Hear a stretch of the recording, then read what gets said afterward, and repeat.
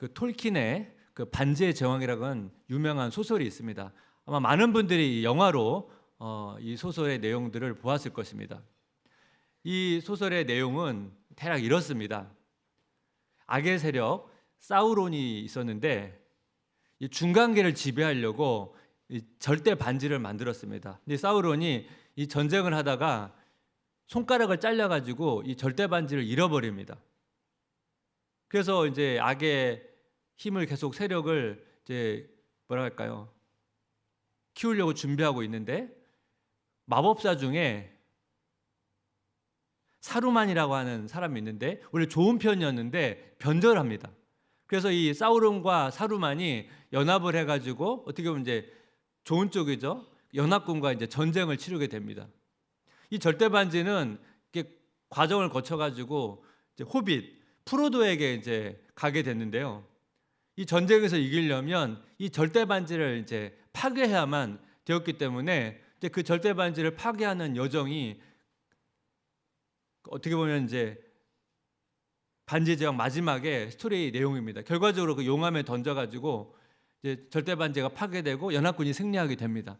그래서 이제 호빗 이 프로도가 자기 고향으로 돌아오면서 영화가 이제 잘 마무리가 되거든요. 근데 반지의 제왕 소설을 보게 되면 이 영화 이제 마지막 부분에서 이제 프로도가 이제 고향에 오는 그 과정에서 영화에 나오지 않은 장면이 있습니다. 제가 앞에서 언급드렸던 이 변절자 마법사 이 사루만이 이 프로도에게 나타나는 거예요. 그래서 이 마법사와 이 프로도가 같이 이제 직면하는 장면이 있거든요. 사진 한번 보시면 이게 프로도입니다. 호빗. 또 하나 보시면 이게 마법사 사루만입니다. 아마 영화를 보신 분은 이제 아마 이 대용 스토리를 알 텐데 이제 영화를 보지 않으신 분들은 지금 무슨 얘기인지 잘 모를 것 같아서 이제 사진으로 이렇게 보여드렸습니다.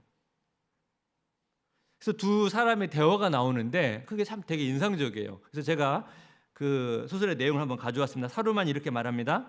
하지만 내가 가졌던 것을 다 잃었다고 해서 내 능력이 모조리 사라졌다고 생각하면 오산이야. 나를 쓰러뜨리는 자는 저주를 받을 것이다. 내 피가 샤이어에 얼룩진다면 이곳은 황폐해지고 다시는 치유되지 못할 것이다. 그러니까 이제 프로도가 이제 이렇게 말합니다. 그의 말을 믿지 마시오. 그는 상대를 위협하고 속일 수 있는 목소리를 빼곤 모든 능력을 잃었어. 하지만 그를 죽여서는 안 됩니다. 복수를 복수로 갚는 것은 무익한 일이고 또 어떤 것도 치유하지 못합니다. 가시오 사루만, 가장 빠른 길로 떠나시오. 이 사루만과 이 프로도의 대화를 보면서 저는 사울과 다윗이 떠올랐습니다. 사울은 이 변절한 마법사 사루만과 되게 닮았습니다. 사울은 처음에 선한 의도를 가지고 그 인생이 출발됐는데 하나님과 멀어지면서 하나님의 은혜와 능력을 상실하고 갑자기 돌변해서 악의 화신으로 변신합니다. 다윗을 죽이려고 계속 쫓아가지 않습니까? 다윗은 사울을 피해 도망자로 다니죠. 나중에 우리가 스토리를 뒤로 가게 되면 사울을 죽일 수 있는 여러 번의 기회가 있었는데 오늘 아까 프로도의 고백처럼 복수를 복수로 갚는 것은 무익한 일이고 살려줘요. 그리고 사울에게 제발 나를 죽이러 오지 말라고 그런 이야기도 합니다. 여러분 신앙의 여정은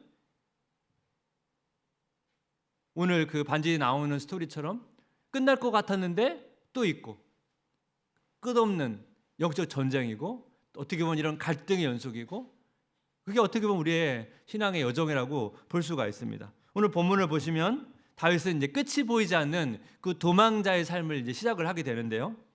사울은 마치 마법사 사루만처럼 계속 쫓아와서 다윗을 괴롭힙니다.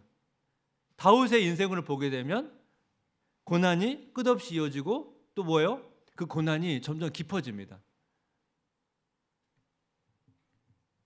이 고난이 깊어지는 인생 가운데 하나님께서 어떤 메시지를 주실까요?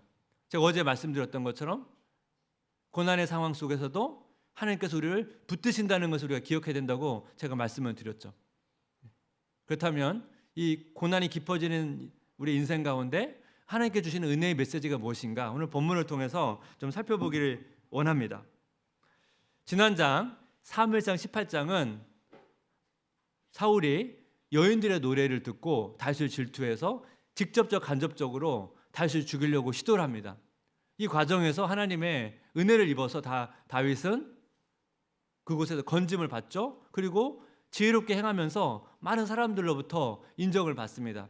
오늘 본문 사무엘상 19장은 지난장과 되게 비슷합니다. 연속되어서 진행이 되어져 갑니다. 사울은 다윗을 미워하고 죽이려는 마음이 점점 깊어져 가고, 이로 인해서 뭐예요? 다윗의 인생은 그 고난이 점점 깊어져 갑니다. 그럼 이런 고난의 여정에서 우리가 기억해야 될 은혜 두 가지를 살펴볼 텐데, 첫 번째는 뭐냐면 고난의 여정에서 기억해야 할 은혜, 첫 번째 피할 길을 주시는 은혜. 피할 길을 주시는 은혜.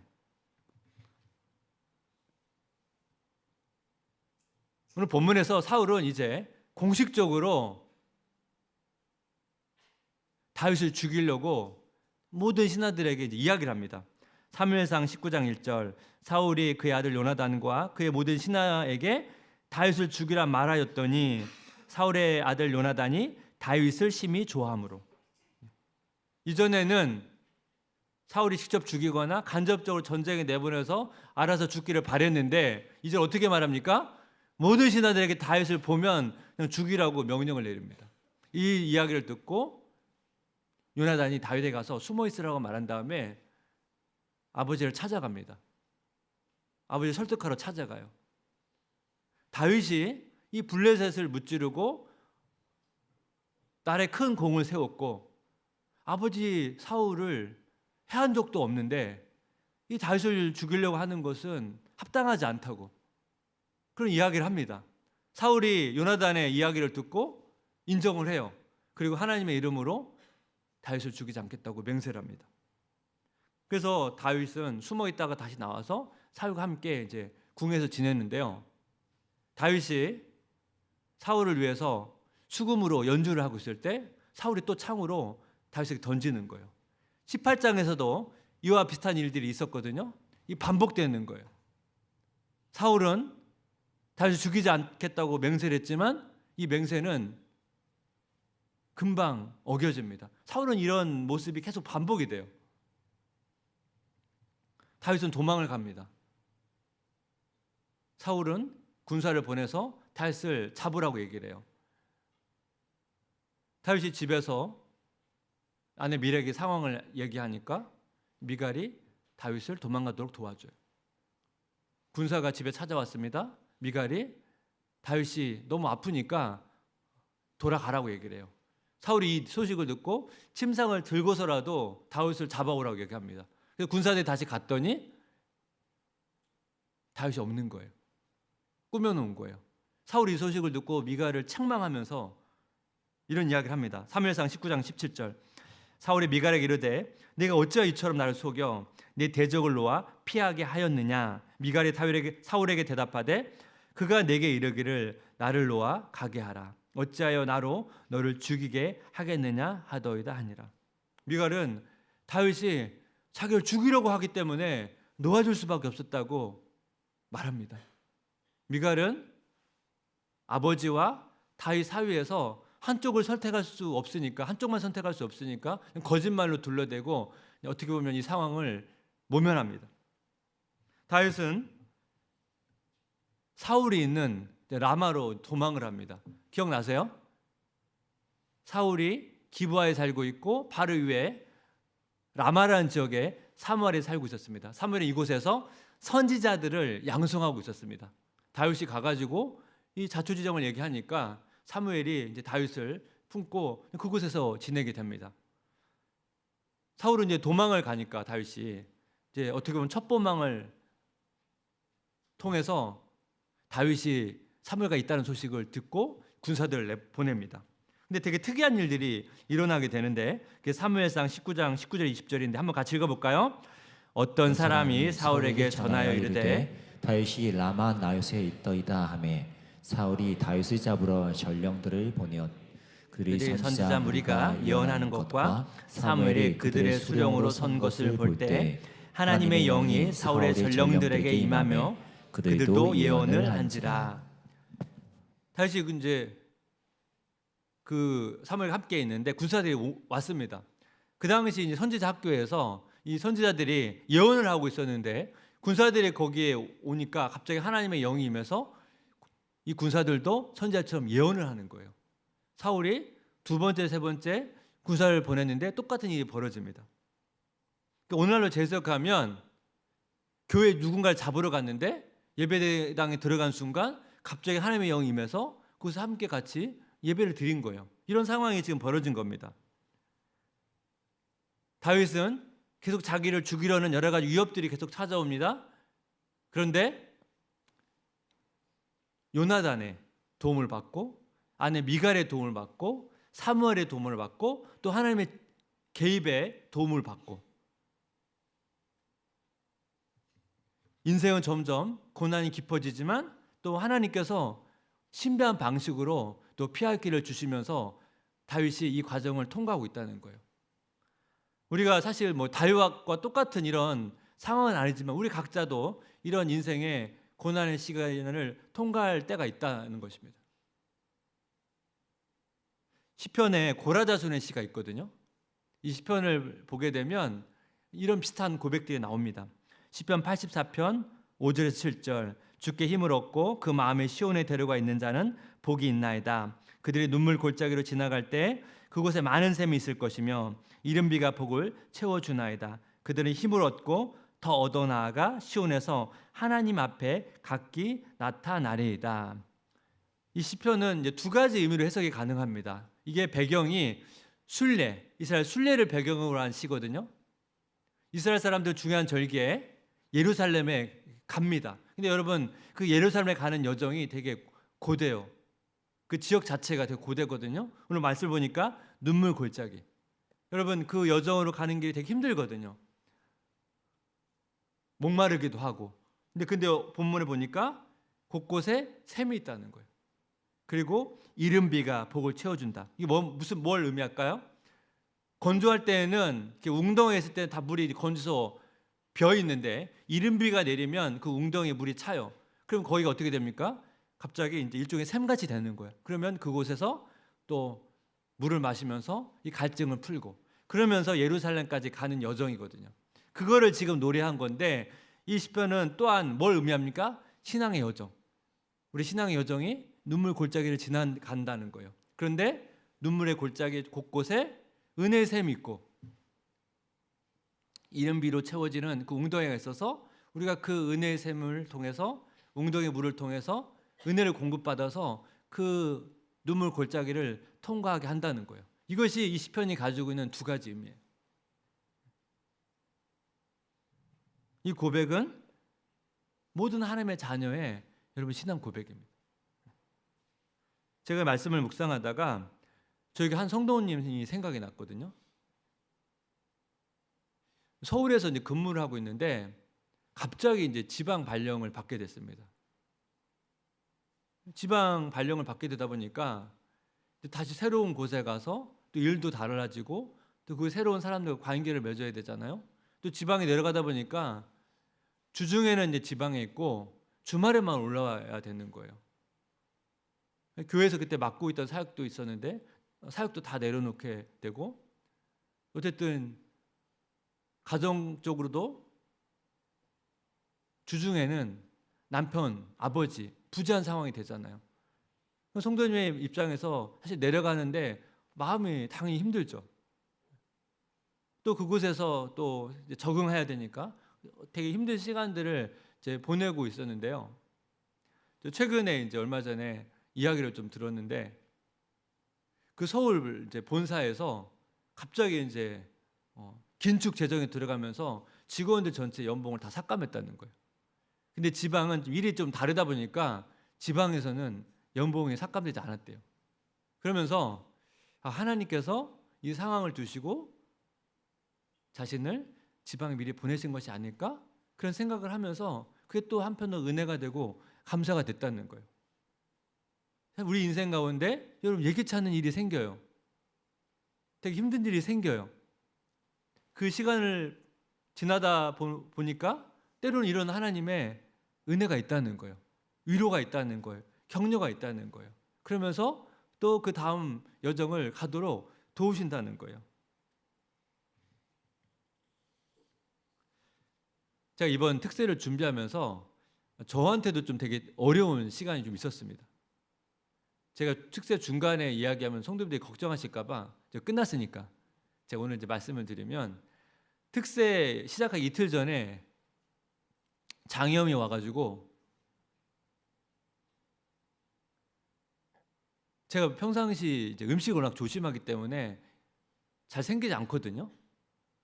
근데 뭐 특세 이틀 앞두고 막 설사하고, 그래서 특세 한 이틀 전부터 제가 계속 죽을 먹고, 사실 오늘 아침까지 제가 죽을 먹었거든요.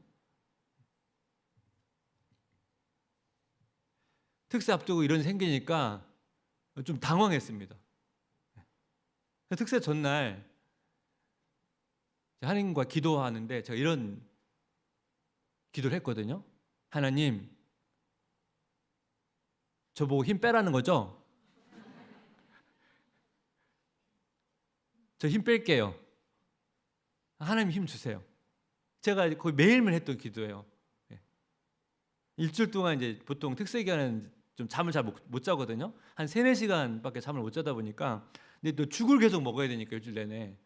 그래서 한편으로는 좀 걱정이 됐습니다. 왜냐하면 제가 보통 특세할 때는 막 영양제도 먹고 막 간식도 먹으면서 막 체력 보충하면서 이렇게 특세를 보냈다가, 이런 경우 또 처음이다 보니까 이 죽 먹고 제가 일주일을 버틸 수 있을까?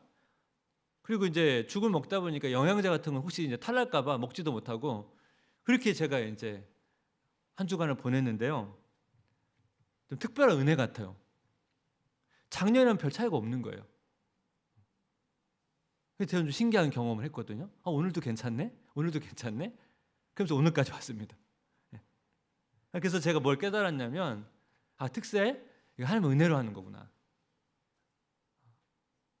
또 하나님께서 제 기도에 또 신실하게 응답하셔서 또 오늘까지 또 잘 오게 됐거든요.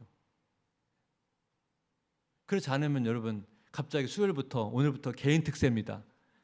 여러분, 성도 얼마나 당황스러우세요. 근데 하나님께서 은혜 주셔가지고 작년처럼 큰 차이 없이 또 이렇게 왔습니다. 또 한편으로 그 다윗이 여러분 그 어려운 시기를 통과할 때 요나단의 도움을 받죠. 아내 미갈의 도움을 받죠. 사무엘의 도움을 받잖아요. 그래서 이번 한 주간 되게 성도님께 되게 감사한 마음이 들었어요. 뭐 늘 제가 생각했지만, 성도님의 기도로 내가 이 목회를 하고 있구나. 이번 한 주간도 계속 힘이 나는 거예요.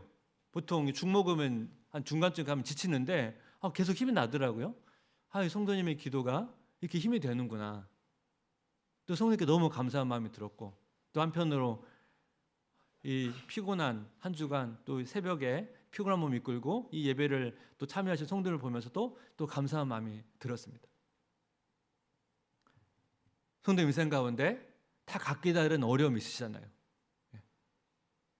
근데 그 인생의 어려움을 통과하는 과정에서 다윗이 경험했던 또 피할 길을 주시고 또 은혜를 주시면서 우리 이런 과정들을 통과하게 되는데, 성도의 삶 가운데도 이런 놀라운 은혜, 또 피할 길을 주시고 또 곳곳에 예배해 두신 그 은혜의 샘물을 마시는 은혜를 경험하시기를 주님의 이름으로 기도하고 축복합니다. 고난의 여정에서 기억할 은혜 두 번째는 뭐냐면 예수님의 옷을 입는 은혜입니다. 사울이 막 군사를 보냈는데 잡아오질 못하잖아요. 그러니까 사울이 직접 나서요. 자신이 직접 갑니다. 근데 여러분, 사울에게 나타나는 행동 중에 되게 특이한 행동이 하나 나타나는데, 사무엘상 19장 23절 24절 한번 같이 읽어볼까요? 사울이 라마나요스로 가니라. 하나님의 영이 그에게도 임하시니 그가 라마나요스에 이르기까지 걸어가며 예언을 하였으며, 그가 또 그의 옷을 벗고 사무엘 앞에서 예언을 하며 하루 밤낮을 벗은 몸으로 누웠더라. 그러므로 속담에 이르기를 사울도 선지자 중에 있느냐 하니라. 여기 보면 사울도 예언을 하는데 또 하나 특이한 특징이 있어요. 갑자기 옷을 벗고 벌거벗은 채 누워 있다는 거예요. 왜 이 내용을 기록했을까요?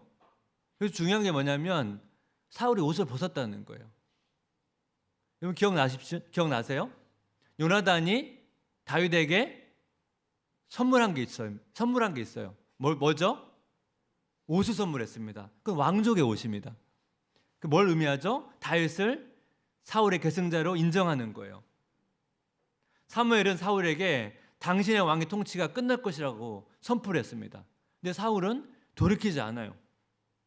그래서 여인들의 노래를 듣고 사울이 어떤 생각을 하냐면 사무엘상 18장 8절 사울이 그 말에 불쾌하여 심히 노하여 이르되 다윗에게는 만만을 돌리고 내게는 천천만 돌리니 그가 더 얻을 것이 나라 말고 무엇이냐 하고, 사울은 다윗이 자기 왕조를 차지하게 될 거다 그런 생각을 하는 거죠. 그래서 싹을 잘라버리려고 지금 다윗을 죽이려고 하는 거예요. 자기 왕조를 지키고 싶은 거예요. 사울 왕이 사무엘의 말씀을 듣고 정말 돌이켰다면 여러분 어떤 일이 생겼을까요? 아마도 정상적인 왕이 계승이 됐을 겁니다. 하나님 심판의 메시지는 사실은 돌이키라는 메시지거든요. 구약에 선포되는 그 메시지는 널 심판하겠다는 게 아니고 돌이키라는 거예요. 계속 기회를 주시는 거예요. 근데 사울은 돌이키지 않아요. 어떤 결과가 일어납니까? 하나님께서 직접 사울의 옷을 벗기세요. 오늘 본문을 보면 사울이 벗었다고 했는데 사울은 이 옷을 벗고 싶지 않은 사람이거든요. 그러니까 하나님의 영에 취해서 벗게 만들어요. 우리의 인생은 하나님의 손에 달려 있습니다. 내가 원하는 것을 붙잡는다고 붙잡을 수 있는 게 아니에요. 하나님께서 가져가시면 사울처럼 내놓을 수밖에 없어요. 여러분, 왕의 자리도 참시 맞는 거지 내가 이거 지켜야 되겠다고 해서 지킬 수 있는 게 아니에요. 사울은 근데 이 하나님의 원리를 몰랐습니다. 이 사울과 좀 비교하면서 보면 좋을 또 한 인물이 있는데 요셉이에요. 요셉도 비슷한 경험을 하거든요. 야곱의 아들 중에 요셉이 있죠. 근데 야곱이 요셉을 되게 편애했어요. 창세기 37장 3절 한번 같이 읽어볼까요?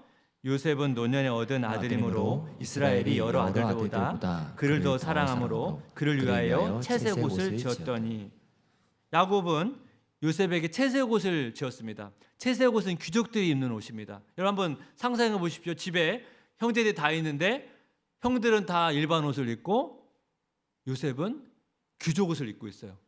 안 어울리잖아요. 그럼 여러분 형들이 요셉을 얼마나 여러분 질투하고 미워했겠습니까? 근데 요셉이 이걸 좀 상황을 알고 좀 조심했어야 되는데 좀 어리다 보니까 철이 없어가지고 좀 철없는 행동을 해요. 꿈을 꿨는데 창세기 37장 5절에서 7절 요셉이 꿈을 꾸고 자기 형들에게 말하매 그들이 그를 더욱 미워하였더라. 요셉이 그들에게 이르되 청하건대 내가 꾼 꿈을 들으시오. 우리가 밭에서 곡식단을 묶더니 내 단은 일어서고 당신의 단은 내 단을 둘러서서 절하더이다. 꿈의 내용이 뭡니까? 형들이 저를 향해서 절하던데요? 이런 내용이에요. 지금 형들이 요셉이 너무나 얄미운데 이 이야기를 듣고 이제 폭발하는 거예요. 사실 여러분 그냥 상황적으로 보면 요셉이 이 꿈을 꿨더라도 그냥 마음속으로 품고 그래야 되잖아요. 근데 이걸 얘기하다 보니까 거의 불난지 부채질한 꼴이 된 거예요. 그래서 형들이 요셉을 노예로 팔게 됩니다. 요셉은 형들의 질투로 채색 옷이 벗겨집니다. 그리고 애굽의 노예로 팔려가죠.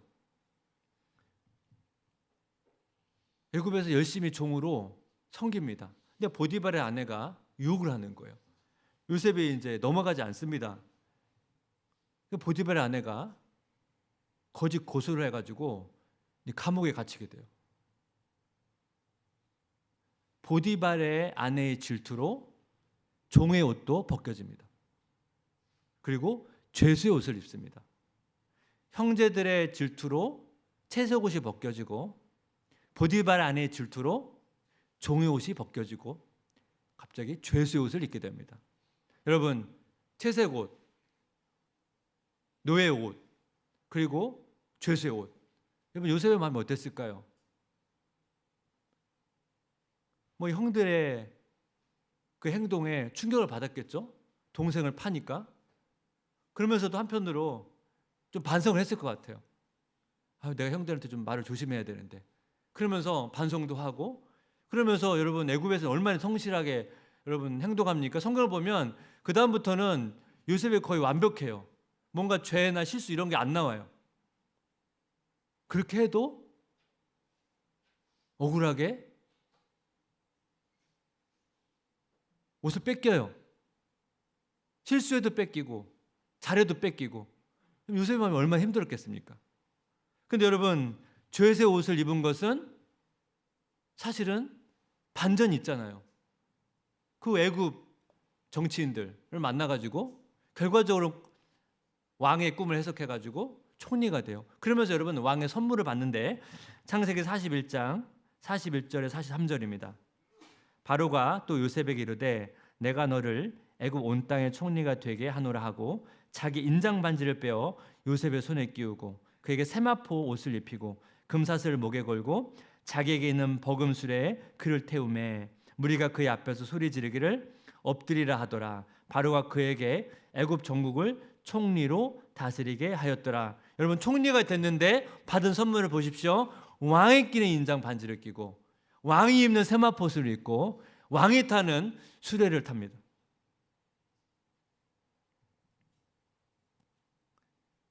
요셉은 아버지 야곱이 입혀준 그 채색옷을 의지했을 때는 벗겨져요.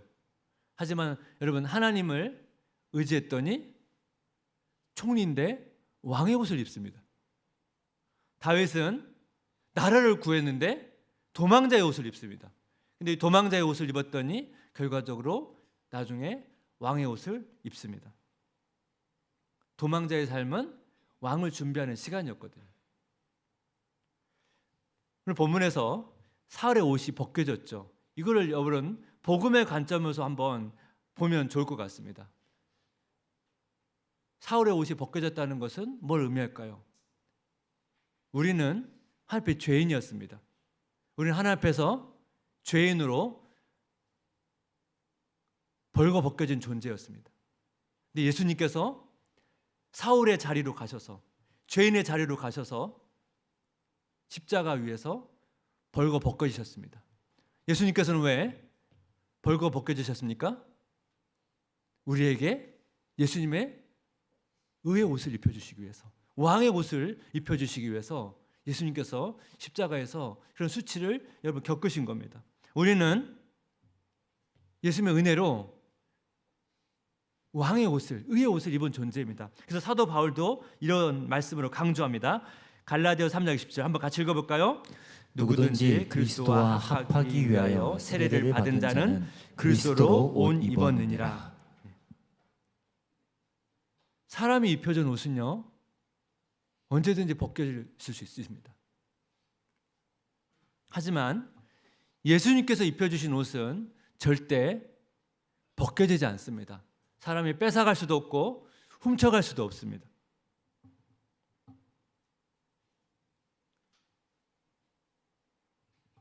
우리 인생 가운데 우리는 수많은 옷을 입습니다. 하지만 그 옷들은 일시적이에요. 때로는 내가 스스로 벗어야 될 때가 있고 때로는 내가 원하지 않지만 벗겨질 때도 있어요. 이것은 다 이 땅에서 잠시 입고 벗는 것입니다. 하지만 예수님께서 입혀주신 옷은 영원합니다. 그래서 우리가 어떤 옷을 붙잡아야 되는지, 무엇을 붙잡아야 되는지 오늘 본문은 보여줍니다. 그리고 과거에 우리가 어떤 존재였는지, 그리고 우리가 이제 어떤 존재로 바뀌었는지 우리는 사울의 모습을 통해서 발견할 수 있습니다. 사울의 길은 사실 비참합니다. 그는 이 왕의 자리를 지키려고 애씁니다. 하지만 왕의 옷은 벗겨집니다. 다윗의 길은 고난의 길입니다. 도망자의 길입니다. 하지만 그 길 끝에 왕의 옷을 입게 됩니다. 이것은 장차 우리가 예수님의 왕의 옷을 입게 될 것을 상징하는 내용입니다. 여러분, 이 복음을 기억하십시오. 내가 지금 어떤 옷을 입고 있는지 기억하십시오. 인생의 수많은 여정 가운데, 이 고난의 여정 가운데 이 복음을 기억하면서 이 복음의 내용을 담으면서 하나님이 주시는 그 위로와 평안을 누리시기를 주님의 이름으로 기도하고 축복합니다. 네. 우리 같이 오늘 설교의 내용을 담은 찬양, 우리 성도의 노래를 같이 고백하면서 나가면 좋겠습니다. 환난, 가난과 고난, 환난, 가난과 고난, 수고로움 속에도 수고로운 성도는 그 믿음을 속에도 지켰네. 성도는 그 믿음을 지켰네. 주를 섬기는 일에 주를 섬기는 자신을 일에 다 드리며 자신을 다 드리며 진리의 말씀과 성령으로 진리의 말씀과 성령으로 그 길을 걸었네. 그 길을 걸었네. 그리스도 안에서 그리스도 안에서 새롭게 하시고 그리스도로 인하여 그리스도로 인하여 자유케 되었네. 자유케 되었네. 우리는 무명하나 우리는 유명한 자요. 유명한 자요. 죽음의 위기 속에도 죽음의 위기 속에도 참 생명 가졌고 참 생명 가졌고 근심 하나 기뻐하며 근심 하나 기뻐하며 가난하나 다른 일을 가난하나 다른 부욕케 일을 하는 자로다. 부욕케 하는 우리 다시 한번 고백할까요? 환난, 가난과 고난, 환난, 가난과 수고로움 고난, 속에서도 수고로운 속에도 성도는 그 믿음을 지켰네. 성도는 그 믿음을 지켰네. 주를 섬기는 일에 주를 섬기는 일에 자신을 다 드리며 자신을 다 진리의 드리며 말씀과 성령으로 진리의 말씀과 성령 그 길을 걸었네. 그 길을 걸었네. 그리스도 안에서 그리스도 새롭게 안에서 새롭게 하시고 그리스도로 인하여 그리스도로 인하여 자유케 되었네. 자유케 되었네. 그 결과가 어떻습니까? 우리는 무명하나 우리는 유명한 자요. 죽음의 위기 속에도 죽음의 위기 속에도 참 생명 가졌고 참 생명 가졌고 근심 하나 기뻐하며 근심 하나 기뻐하며 가난하나 다른 일을 다른 일을 부욕케 하는 자로다. 하는 자.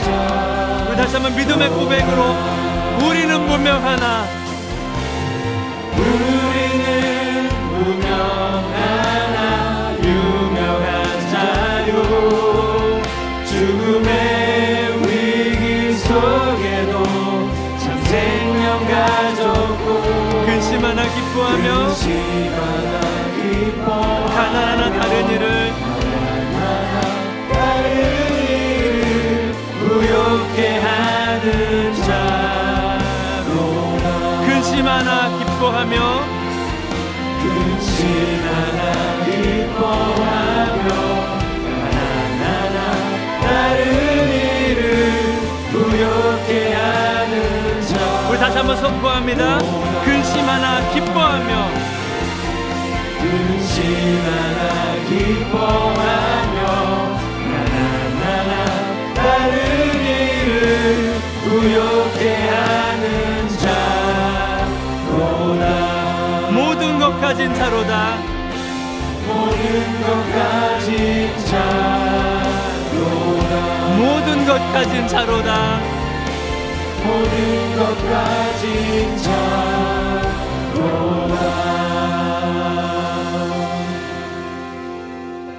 이 시간에 이 찬양을 가사를 기억하면서 제가 기도하면 좋겠습니다. 우리는 모든 것을 가진 자입니다. 예수님의 의의 옷이 우리에게 입혀져 있습니다. 이것을 우리가 확신할 때 우리가 이 땅에서 잠시 입고 벗는 이것에 매달리고 이것에 집착하는 게 아니라 우리가 가장 좋은 것을 주시는 그 하나님 때문에 비록 때로는 우리 가운데 좋은 것을 상실할 수 있습니다. 아픔이 있을 수 있습니다.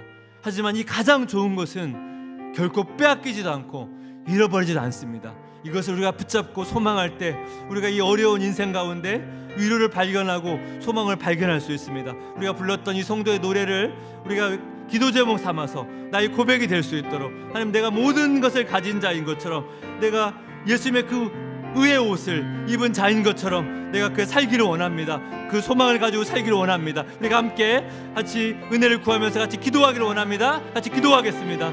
하나님 아버지, 은혜를 구합니다. 하나님 아버지, 은혜를 구합니다. 우리가 모든 것을 가진 자입니다. 우리가 모든 것을 가진 자입니다. 우리 가운데 의의 옷이 펴져 있고 희망의 옷이 펴져 있습니다. 하나님 아버지, 예수님의 옷을 입은 존재인 것을 우리가 기억하며 나아가오니 아버지 역사에 사랑을 경험하며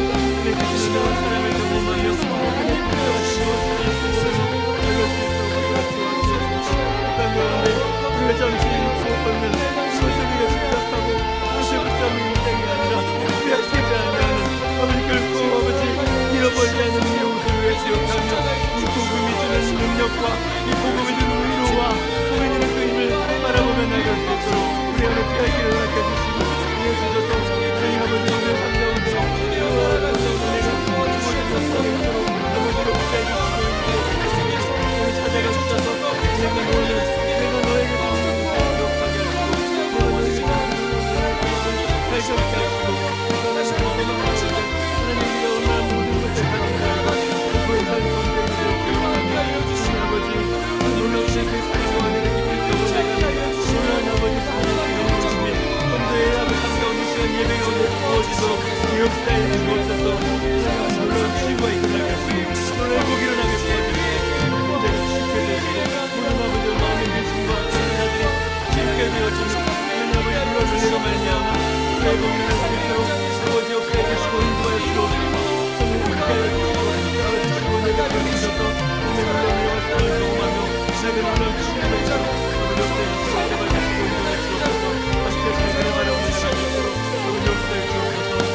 우리 기도하시고 계속 기도하고 찬양합니다.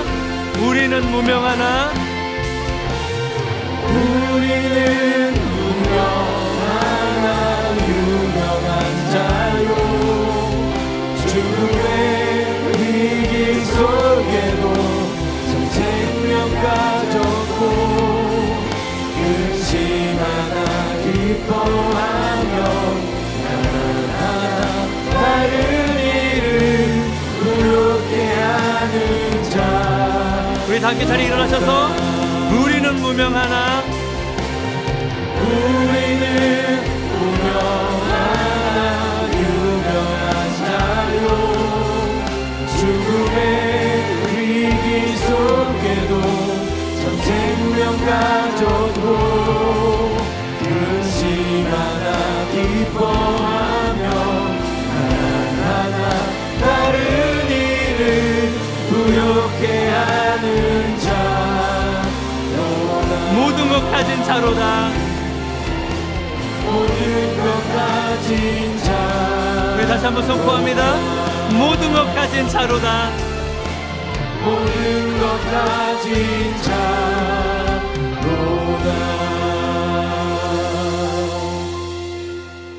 하나님 아버지, 예수님께서 우리에게 주신 옷이 얼마나 영광스러운 옷이고 얼마나 복된 선물인지 우리가 기억할 수 있도록 은혜를 베풀어 주옵소서. 그래서 언제든지 벗겨질 수 있는 그 옷을 붙잡고 사는 인생이 아니라 벗겨지지도 않고 빼앗길 수도 없는 그 옷을 입은 자가 누리는 놀라운 하나님의 은혜와 신비를 경험해 갈 수 있도록 인도해 주시옵소서. 하나님, 사랑하는 성도님들을 붙잡아 주셔서 눈물의 골짜기를 지나갈 때 곳곳에 놓여있는 샘물들이 많이 있는데 보지 못하고 그냥 지나쳐 가는 게 아니고 그 샘들이 다 보이고 그 샘을 통하여 은혜를 마시고 공급받으며 인생의 고난 앞에 하나님께서 피할 길을 주시고 하나님께서 얼마나 나를 붙잡으시고 은혜를 베푸신지를 경험해가는 그런 여정이 되기를 원합니다. 하나님께서 위로해 주시고 격려해 주시고, 특별히 지금 너무나 막막한 현실 가운데 있는 성도님들의 삶 가운데 찾아가셔서 위로해 주시고 힘 주시고 또 지혜 주셔서 그 과정들을 또 잘 헤쳐나갈 수 있도록 인도해 주시옵소서. 예수 그리스도의 은혜와 하나님의 놀라우신 사랑하심과 성령님의 교통 충만하심이 빼앗길 수 없는 예수님의 의의 옷을 입은 자로, 모든 것을 가진 자로 인생의 여정을, 고난의 여정을, 그 하나님께서 주시는 은혜의 샘물들을 마시며 통과하기를 간절히 소망하는 모든 성도님 머리 위에 지금부터 영원토록 함께 있을지어다. 아멘.